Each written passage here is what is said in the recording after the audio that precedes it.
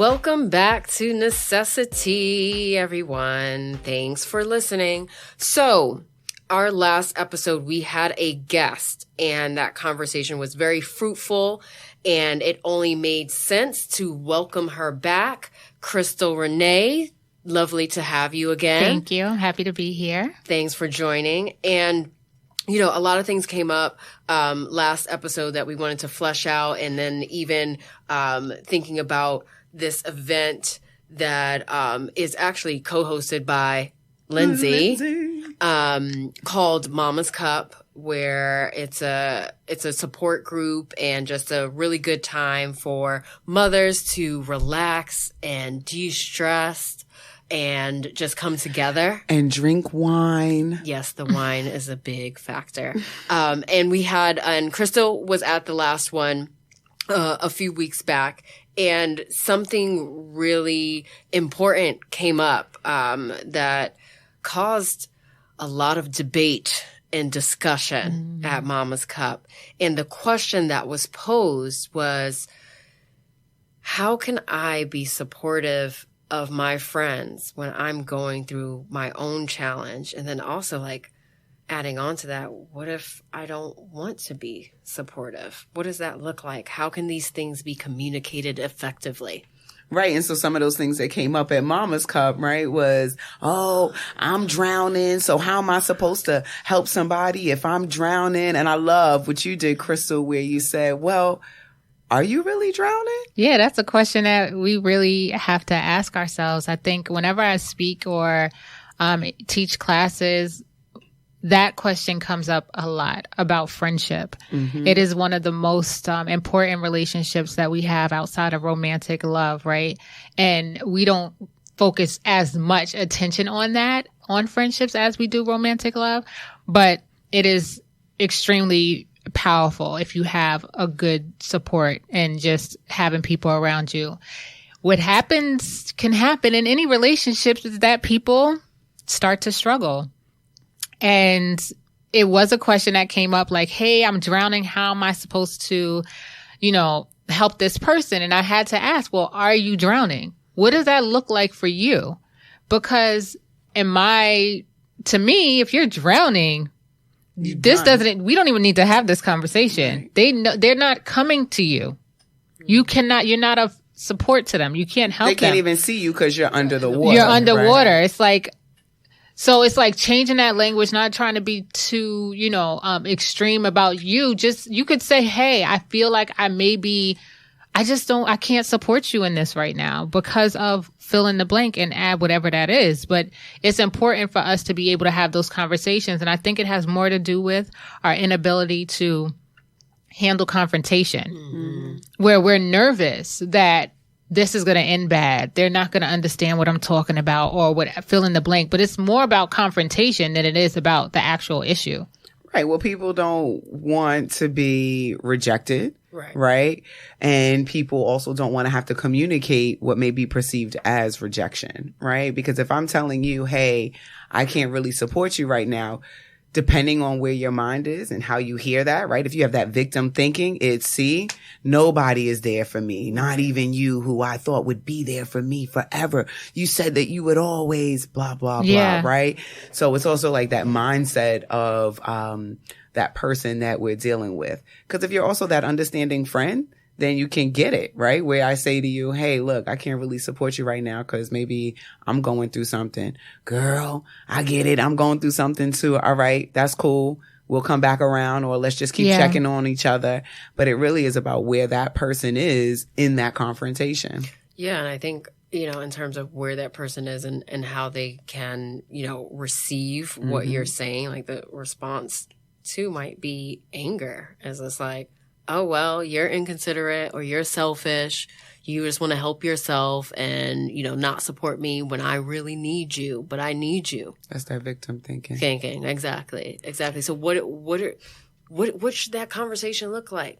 Yeah, I mean, I think that I can see some victim. And not victim like, something happened to you in that way, right? Not that kind of victim, but more or less a victim where you see yourself being powerless in a situation, right? And that's where victim thinking can come from, right? Is the lack of power that you have over yourself in this situation. So if I feel like I'm going through something, if I have a victim mindset in that same context that we're speaking of, then I feel like no one is going to support me. Yeah. Things are always happening to me. I always pick friends who will never listen to me, who always reject me. And even the words always, never, right? Those are very telling, right? And one of the things that, the thing that you said, powerless. Yes. Is extremely important.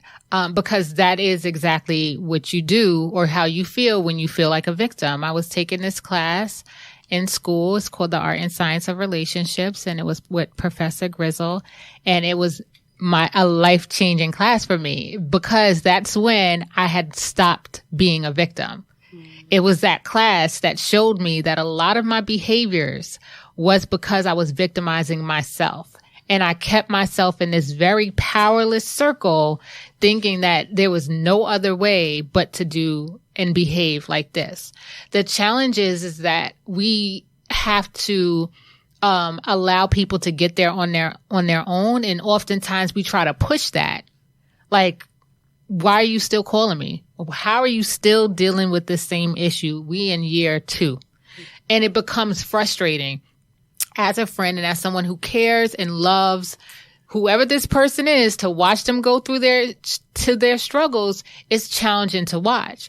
And then when you have your own life that you may be managing or trying to manage, you're just like, everything is, I can't handle, I can't deal. And I think of love. I keep thinking of love. Like, right, last time we were together, we talked about that whole I love you, right? But the mastery of love, right? Yeah. There's this chapter on fear and love, right? The track of love and the track of fear. Mm-hmm. And when I'm on this track of love, when you're going through something, then I know and I trust you'll get through it. Yeah. You'll get there. But when I experience fear, then there's this doubt, right? And then there's conflict. There's all these things. And then I'm trying to really insert myself in your stuff because I don't even think you could get through it on your own. Right. I fear that you will not get through it on your own. And I do not trust that. So I will jump in. Yeah. Or I fear that you're going to drag me down if I walk along with you. Mm. And so that's where this thing starts to happen where it's like, well, I can't tell this person. I can't tell my friend, my sister that I no longer I can't do this with her. I can't work at this capacity with her because I fear what will happen to me. My pastor says it. He says it's almost impossible to get near somebody who is sick and not get sick yourself. Right. And too often when it comes to depression, no, I don't want it. I'm not getting close to that. You got to protect your space. And you have to, this whole protect your energy, positive vibes only. It's not open to those who are struggling. So what happens is you walk away from that. You're about to drown me. I can't be supportive of you right now. And then you don't even have the conversation. You just ghost people. Just walk away. And think that, oh no, you should be fine. There goes that track of fear though, right? Because I ghost you because I'm afraid to have this conversation. Yes. I'm afraid of the direction that we'll go in. I'm afraid of what your response will be and my inability to handle it. My inability to then show up in a way that is necessary for us to still remain friends. There are probably a lot of friendships that have been lost and ruined because of a lack of compassion, love, and understanding and transparency. Yeah. I've known people 15, 14 years, 20 plus years. But how well do we really know each other that when you're going through something, I can pick that up. I can be there for you. I can support you. I can check in on you. Or do I just chalk it up to say, oh, she's just being her again, right? But it's all about trust to be able to say, hey, I'm going to show you me and you're not going anywhere. Mm-hmm. That I can say to you, hey, listen, the challenge with confrontation, I don't think we have learned, or a lot of us have not learned how to have a conversation that is difficult. Mm-hmm. When we grew up, it's like, if you don't have anything nice to say, don't say it at all. Right. So you don't say it. So because it's a gray area. You don't know how to say, when you talk back to your parents, if you don't agree, watch your mouth. who are you talking to like that? You say these things, and we've been raised in a way that doesn't allow us to have these very uncomfortable conversations. Or if you're a kid, everything's mediated, right? Where I can talk to you about the fact that you pushed me on the playground, but my mom is here and she might be telling me exactly what to say to you. So I don't know how to do this. So oftentimes when people have confrontation, they either just be like, no, I'm not doing that anymore. I don't have time to talk to you, without no explanation. That whole no is the whole sentence bothers me so much. It is rude as heck. No. Because I'm not filling in the blanks for you. Right. And so now you leave the person no choice but to fill in the blanks with assumptions. And then that gets to that storytelling. The fortune telling. Which is a distorted thought where you'll sit there and you're like, okay, so I text Lindsay and Lindsay doesn't respond to me. So you're like, in my mind, I'm like, man, Lindsay not responding to me. I know I shouldn't have told her that last story I just told her, but maybe she's busy because, she just recently got engaged. But no, it can't be because she got engaged, because I spoke to her after she got engaged and she seemed okay. But then after that, she just was like being weird. And I feel like it may be because I didn't go to her last event. And man, I don't know why. Maybe she's not going to be friends with me. I know Lindsay's not going to be friends with me anymore. And you get into this whole thing. From one text. And then you text and you're like, hey girl, I was in DR, my phone was off. Right, Did I was you on forget? a plane. Right. And it's just like, oh, but if you don't know what distorted thinking is, you may think it's normal because you've been doing it for a while. And it's not just fortune telling. There's also all or nothing thinking. There's also should always, never, right? Should always, all or nothing. It's either this or that. Right. Black and white. There's no in between. Right. There is, so fortune telling, there's, what else? There's shoulds. There's, where you magnify everything. Like it's not a small thing that happened. It's like a huge thing. And there's this app that I used to use often, called Mood Notes. And it helps you look at an event and then change how you could perceive that event. Because distorted thinking, you have to practice to get out of. Right. And after a while, you will get better at it, right? Because now Lindsay texted me and she told me she was on a plane. And I didn't realize, I'm thinking that she's just mad at me because of this one thing. But let's say Lindsay didn't say that she was on a plane. Maybe Lindsay is going through something and she just didn't feel like texting. And she's just like, hey. Maybe you don't say anything and I see you. I would assume that supports my thought. Right. You didn't respond to me. I see you. You post out on here Instagram. Living your life. Right. I feel like I know that I'm also struggling, and I feel like I'm a burden to you. Right. I heard something recently, and it was just like there's no pain like showing somebody your pain and they do it anyway. So if we're close, and I tell you that I struggle with these thoughts, and you just get in your moods, and you don't want to be supportive of it anymore, it's causing more pain to me when you just ghost me, as opposed to you saying, Crystal, I love you and I really want to support you. But what I'm doing with myself and in all the relationships that I have, and it is important to say that so that I don't feel like I'm being singled out. I'm doing this with if it's true, I'm doing this with all the relationships that I have. I'm just taking a much needed break for myself so that I can support you the way that you need to be supported in the future. Right. It lessens the blow. It's not really a rejection. I can understand that instead of you saying, oh, I'm just going to ignore her, or I can't handle this right now. I can't handle this right now. I'm drowning myself. I got too much on my plate. Nobody has time for this. Right. So it's hurtful stuff. They don't even want to have time for it. It's wild, because even then, how you just articulated the conversation, right? To say, hey, I've got this and all these people in my life. It still is another challenge to be ready for the response. Because even when you deliver that message to me, depending on where I am, oh, well, I saw you, because people will even try to verbally call you out. Well, I saw you on social media and you went to that party. So how come you had time for that party, but you don't have time for me? Right? And so I have to then be ready to respond to that still from a place of love. And that's a very real thing. Yo, you went to a party. You know, but so I get to go to a party. You can, but why can't you say, you're right, I apologize. I can understand how that would have made you feel. That's the part that I'm saying, that people are not necessarily ready to respond to do, like not ready. They're not equipped with the skill or the self-awareness to be able to be ready for that type of response where you say that, oh, well, I saw you at a party. My response could be A, well, I'm allowed to go to parties, aren't I? What are you tracking me now? What are you, my babysitter? Or, you know what? You're right. And that was so negligent of me that I didn't respond to you, but I just been hustling and moving. I understand where you're coming from, like validating that, right? But not everybody can do that.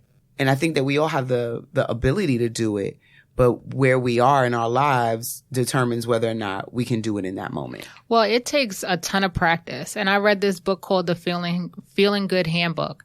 And that book, along with the class that I talked about with Professor Grizzle, changed everything for me because I was not the type of person, like my conversation, I'm like, yo, you either on my side or you're not on my side. I really don't want to hear what you have to say. But the truth is that there's truth in each part. We're sharing two different perspectives. There's some truth. Now, you may not have been avoiding me, right? If I said, oh, I saw you went to that party trying to avoid me. That's not true. But you could focus on what is true. Instead of just didn't text me. I don't know why, but you just didn't text me. No, you as the person. So like if I'm having a argument with you and you're the person that's like, Crystal, I just can't be bothered with you anymore. And I'm like, well, you went to that party. And you're trying to reject me. You're trying to avoid me. You could focus on only the truth. Right. Which is, I did go to the party. Reject you. I did go to the party, and I'm sorry for that. That was not my intention to make you feel that way. But it's still a practice when you have these conversations. It's not, especially with friendships, because sometimes they will attack you. They will hang up on you. They will end a friendship. They will end a friendship. They will end a friendship. But trusting that it will all work itself out and we will be okay.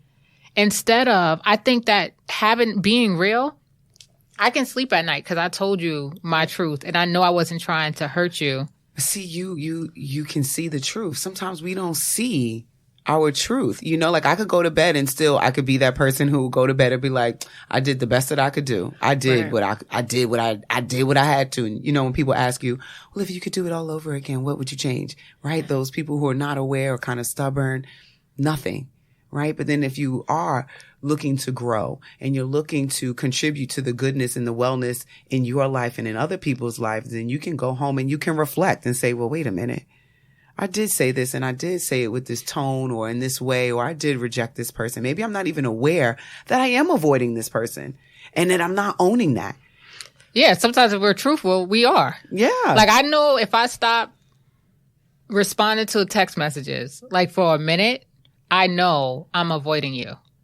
I know that. Like, and then do you then ask yourself, what am I actually avoiding? Because I could even think if, you know, way back when I first started coaching and I was really nervous and scared to do it and people would show interest and then I wouldn't respond right away. And it wasn't that it was this specific person. It was, I'm afraid of the challenge of now doing the coaching. Right. So being aware of, well, why are you avoiding this person? Why are you not ready to say to your friend, you're draining me and I need some space. I want to support you. Right. So I think you're right. I think, it's hard and it depends on the friendship. One of the things I realized because I share my story so much about mental health that people tend to talk to me often about their challenges, often. And so I had to find another way to fill myself up because I truly wanted to be of service to people. And I really dedicate my life in doing that. So I had to find another way to fill myself back up so that I'm not drained. And I have a friend who she will text me the most aggressive text messages you probably have ever seen in your life. And you're like, what the hell? Like the energy is just fluming through the phone and it's text. It's not a phone call or anything. And so I recognized that I started to distance myself from her for a little bit. So maybe I wouldn't even open a text. Maybe I'll just delete the thread because I got my read receipts on. You know, it can't just be opening. So I'll just delete the thread. And then, or because in my mind, I'm like, girl, I'm going through my own stuff right now. Like, and that was not fair to her. One, she had no idea. It's not like I told her. I can guarantee if I would have said it, our friendship will still be fine. I mean, it is fine.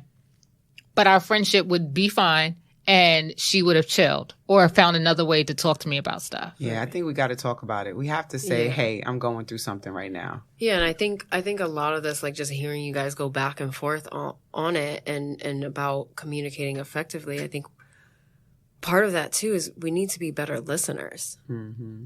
Right? And so if someone is giving you some information, maybe pause before you respond. In terms of like the party piece, be like, okay, like, yeah, that instantaneously you might want to say like, defend it. Yeah, right. Defend it, right? Because you're your own person and you have autonomy and stuff like that. But if you just take a second, I think you're more apt to respond out of love, right, Lindsay? Like when you switched it up and say, yeah, you know what? I did go to the party. I apologize. I didn't think about how that would make you feel as my friend. I didn't think you was gonna go on Instagram that night. I didn't know you were gonna see it. Girl, That's the truth. Story. Right. It's in your story. I saw it. Yeah.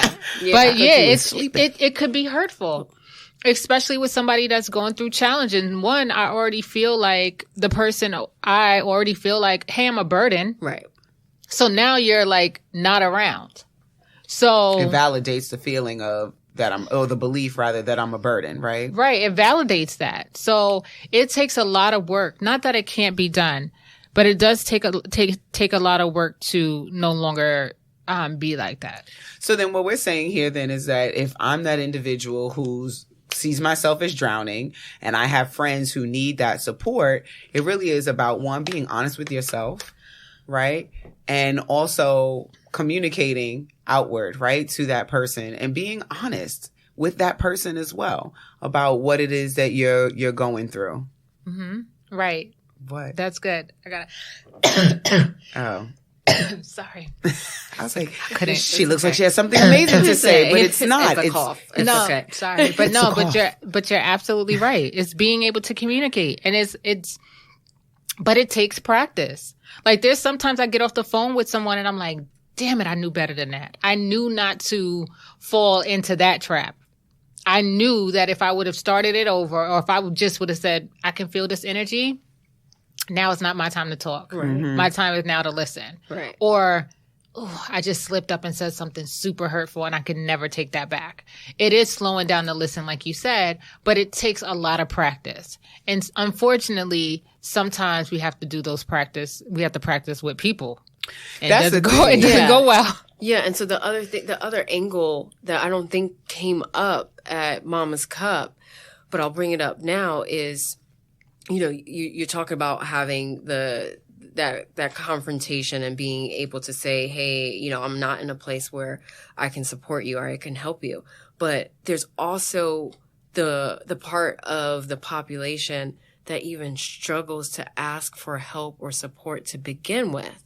Right. So if I'm going through a challenge and I'm struggling and it's taking everything in me to say something to someone, to acknowledge that I'm going through something challenging and I'm asking for support, I feel like it would be a major blow if their response to me is like, okay, well, I can't be there for you. When it literally took everything in me to put it out there. Right. I feel like all of that is still, again, tied together. I keep going back to like mastery of love, four agreements, right? There's this way of being or a way of believing, because you just gave me a very honest answer. Why would I want to be mad at that? But it's really my mindset. I took that personally rather than, wow, how courageous it is to tell me that you can't do it. Right? So it really is taking on these kind of like agreements to say that no matter what, this is not personal. Right. You have to be prepared for that. It's a dance in the relationship that we do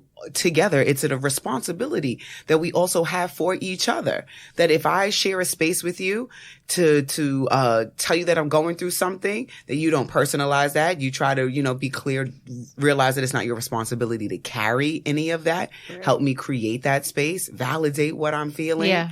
But we kind of, and I think it's also a little bit of like what we're doing in society, with just we're being treated as individuals, right? And everybody has to do their individual thing, and you must compete against each other as if there's not enough money for us all to get, right? Or there's not enough people to all be healed, but there's this competitive side. And so I must then compete with you about getting better. Right? Look, I gotta protect my space because I have to get better. You're on your own, rather than, damn, look, we're both going through something. Let me share a resource with you, or how can I support you? Because I think that you're contagious. Right. People believe contagious. People believe in energies. Mm. So if you have a negative energy, which is like, I feel like I wish somebody would like clear that up, because there's a difference between. I mean, in our coaching studies, we talk about this like anabolic energy and catabolic energy. Mm-hmm. And so like catabolic energy is energy that is destructive, energy that will break you down, things that remove you, subtract, and it doesn't contribute to your well-being or anything. Where anabolic energy are things that are more positive, productive, will serve you more. And so there's this kind of like this spectrum of these energy levels that through our coaching program, and they talk about it. It's 7 different levels. Levels 1 and 2 are the most catabolic, and that's the victim one and conflict. And then as you go up the spectrum, it's a little more anabolic, and our energy changes for every single situation. But if I am dealing with depression or something like that, why is that associated with a negative energy? And that's what I'm speaking about, because the reason why people don't want to be around it is because it's like, no, you need to I need all this good energy over here. I can't handle that.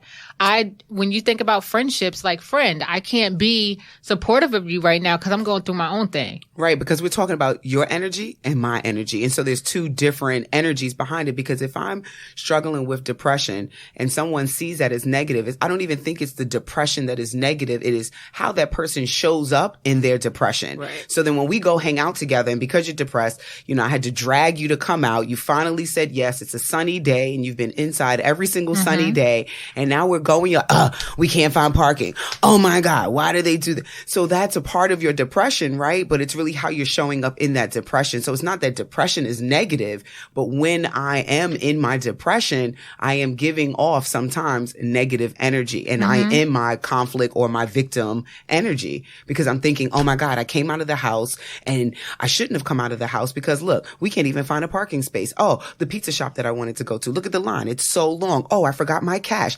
I see everything that's working against me. And that's a part of the characteristics of those who may be suffering from depression. So it's like, it's not like, ooh, you're depressed and it's negative, but it's who you are when you're what I feel also. So the other energy is also me, right? What I'm going through, or what triggers what I'm triggered by in your behavior. Right. But I think it's like, if you're going to show up for your friend that's dealing with depression, then I feel like you're already taking on, or you're saying, I'm going to be able to deal with all the saying I love you, right? Yeah, you're saying I love you, and really knowing how to deal with that person's negative energy that's being brought out because they're depressed, right? And so nitpicking about the parking spot or the money or the time the show starts and all of that, because I think Crystal summed it up great at the first episode that she was on, where, mental illness affects people's ability to live, laugh, love, and learn, right? So all those things that you just rattled off affects all 5 of those or 4 of those categories. So it's like, if I'm going to show up or interact with someone that I love, then I'm going to have to put myself in a position, a different energy to show up and be supportive. Because if I'm dragging you out of the house and I know that you're struggling with depression, you're going to complain. Right. You're right. I have to be set up for that. I'm set up. Maybe or maybe not. Maybe you say nothing and then I'm complaining that you're not participating and you're not engaging. How come you're not smiling? But if I'm saying I'm here for you, then it's just like, I'm just glad that they're here. Or let me just check in and see if they're glad to be here. Imagine if we operated in our friendships like that. Right. Like, hey, I'm just glad that you showed up. Right. That's it. Like, forget all the other stuff that came along with you. I am glad that you are here. And because I am where I am, I can now be able to serve and love you better. And it doesn't really matter what you do. As long as you're not harming me or my child. Right. Or doing things morally that I don't agree with. Correct. There's like, I can manage your complaint. Because in my mind, I have a choice. When you my girl, I'm going to be like, yeah, the show is starting late, but like, but it's going to be so fun. Aren't you glad we get to spend this extra 10 minutes together? Exactly. Aren't you glad, like, changing those perspectives for the person as opposed to just like allowing that to happen? But not all people who are struggling with mental illness will complain or it definitely looks different for everybody. But it's just like, how do we stop using, how do we change the way we're using the term negative energy so that people feel welcome in whatever energy they have? Remember that time we were at an event together and the little girl, a younger girl, she spoke and she said, I want my energy. So she didn't say it like this. I'm paraphrasing. I want my energy to be so high and so positive that it doesn't matter what your energy is. I change you. You don't change me. Right. And she was like, what, 13 or something when she said that? And it's just imagining that, like, listen, this is what journeying with you looks like. Right. It means that you may have these moments and I'm not afraid to get sick. Because I can take it. Because I'm so full. Or I know where to fill up. Right. I know how to fill up. I know how to fill up. I know how to dump. I know how to, when I get off the phone, I'm not really thinking about what you just said to me unless it's urgent and it requires me to give it more mental thought. If you call me to vent, I can really sit there and like, oh, okay, I probably won't, not because I don't care about what you're saying, but because that wasn't really my position at the time. You just needed someone to listen. I don't have to really respond to this. I can transition and be able to work alongside whatever you're going through. But people fear being sick. So when I'm like, I can't help you because I'm drowning myself, I need my own space. It's like, or I'm avoiding you. I'm out here partying or whatever I'm doing. I'm living my best life and you're struggling. You know, there's communication that should happen. Yeah. And I think we write people off too when we see them as draining or negative, right? And again, you can have friendships that you've had for a really long time and we see each other change. If we're friends for, again, 15, 20 years, 10 years, we're not the same people, right? And so how are we then showing up as friends for each other through those different transitions? Whether you're dealing with a divorce, you're dealing with the loss of a child, whether you're dealing with the loss of your job, if you're, struggling financially, all of these things also trigger different things inside of us. And so I may have been happy, go lucky, jolly for the first 15 years of our friendship. Yeah. And then something happened to me that I just could not recover from. And you're still relying on me to be the happy, joyful person every single time. Yeah. Right? Are you able to now see me in who I am today? That's a really good point. Right? Because we'll do that. Oh, what happened? She changed. She's acting all different. It's such a good point. And I think that it's just reevaluating also what role am I playing right now? Right. Like I may have been able to be there for you then, but I can't do that now because I'm in a different stage in my life.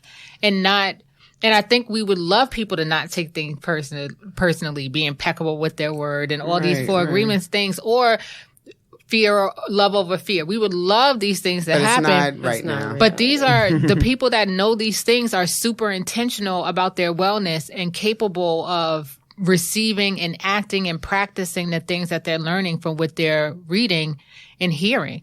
Everybody doesn't have that same education. No, it's true. It's true. And we must teach each other. Right. And I think just to share an example of when that conversation goes well, right? Or when there's this really great understanding between friends. So one of my really good friends, I consider myself her partner through her mental health journey, right?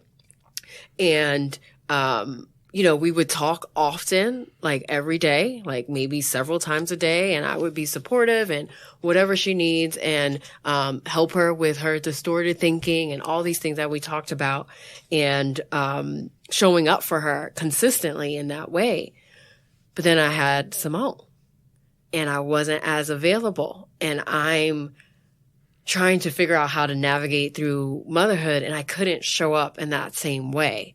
And, you know, like this is an extreme example because we didn't really even, I didn't have to tell her that I couldn't. She knew, and she actually brought it up and said, hey, you know, you know, our relationship has changed and I know why. And now I have to do the work necessary to fill the gap that I could no longer provide as her partner through her wellness journey. And I think, you know, I never had any feelings of hesitation of having such a conversation or things like that. Like, this was my reality.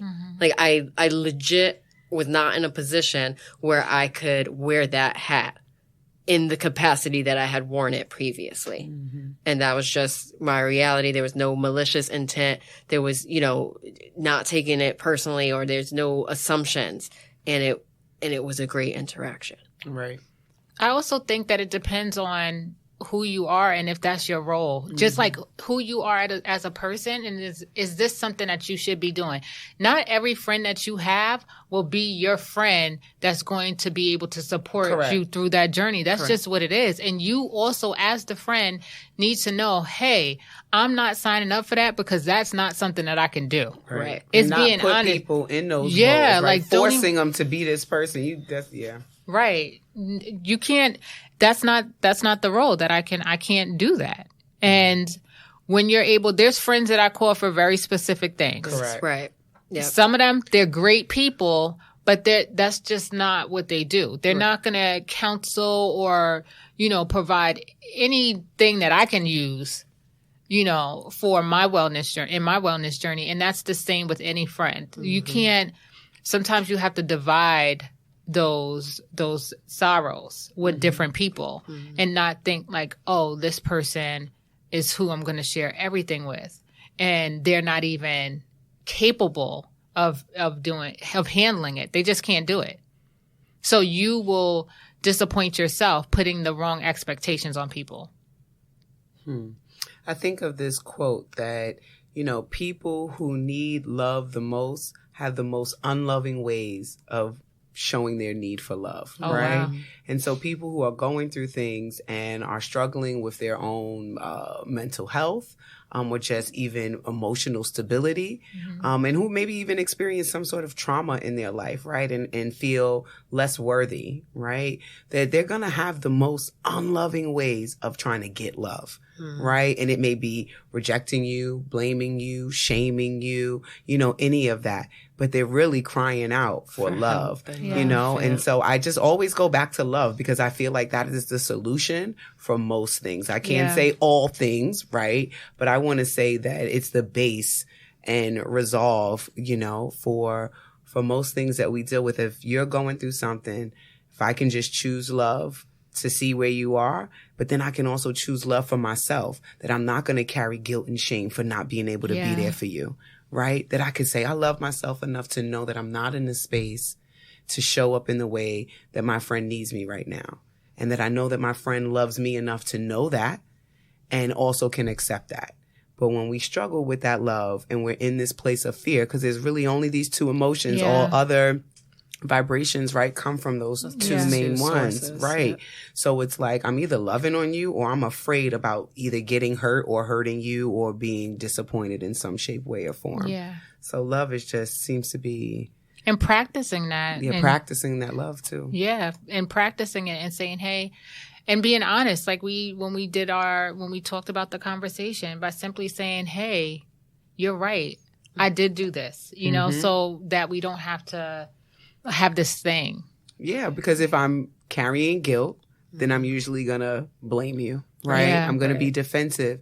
We are the most defensive when we are guilty for something. Yeah, right. And it is crazy how the emotions work. Brene Brown does this quick little cartoon on YouTube, and it's about blame. And she really says that blame is really just the feeling of discomfort being released. Because I'm uncomfortable, because I'm experiencing some sort of pain, then I'm putting it out on you and blaming you. And you had nothing to do with it. But because I'm uncomfortable, I've got to put it on somebody. Yeah. Because it's much easier to do that on someone else than it is to take responsibility for how you're feeling Correct. and how you're thinking. And I think, you know, like Krista, you were describing like some interactions, the aggressive texter friend that you had, and you would just delete the thread and things that you're avoiding. Well, you know, why are you avoiding it? Like, what was it? What were her texts triggering in you that you were just like, oh, you know what? I'm not even going to address this. Mm-hmm. Like, you're not only not addressing it with her, but you're also not addressing it with yourself. Well, she reminded me of me. See? Ding, ding. So once I fully accepted myself and whatever process that was, I was like, she reminds me of me. And then I seen her differently because I would hate for somebody to do that to me. So I'm able to have that conversation and we're fine, you know, but she probably, I know it hurt her when I was doing it. Right. But one of my biggest things is that I always want people around me and even myself to feel seen and loved anyway. And I wasn't practicing that with her. So I was able to see that, hey, no, I can still support you. I'm not afraid to be sick. I love you. I will heal. I always have. I always will. And just continuing on in that process. And we're fine. Well, thank you, Crystal. It was a pleasure having you again. And I really think, you know, all you shared was super informative for our listeners. So thank you for that conversation. Thank you. I'm happy to be here again. All right. So we are so grateful for having Crystal come back for the second time. So if you want to connect with Crystal, check her out on Instagram. You can follow her at I am Crystal Renee on Instagram. And that is I am Crystal, CRYSTAL, Renee. RENE. So now let's get into tea time. Tea time. Clink, clink. So in our tea time, we're going to start with T, which stands for talk. We need to talk it out. Have the conversation. Be courageous enough to tell your truth. Tell people, your friends, your loved ones, how you feel and perhaps how their being is making you feel. Be transparent. Don't run from that confrontation. Walk on that track of love instead of the track of fear. And the E is for evaluate. You want to evaluate the stories you tell yourself. Are you being a fortune teller? Are the things that you're saying to yourself grounded in reality? Or are they things that you just made up? Are you making assumptions? Evaluate the stories you tell yourself. And lastly, we have act. Act with love. No matter which end you're on, whether you're the one who's giving and initiating the conversation or you're the one who is receiving it, no matter what, just choose love. A good friend of mine said one time, shout out to Aquia, she said that when people are showing up with negative energy, she just says, choose love in her head. So act with love in everything that you do. We appreciate you. Thank you so much for listening. Remember to follow us on Instagram. Marguerite, can you spell that for us? Of course. My pleasure.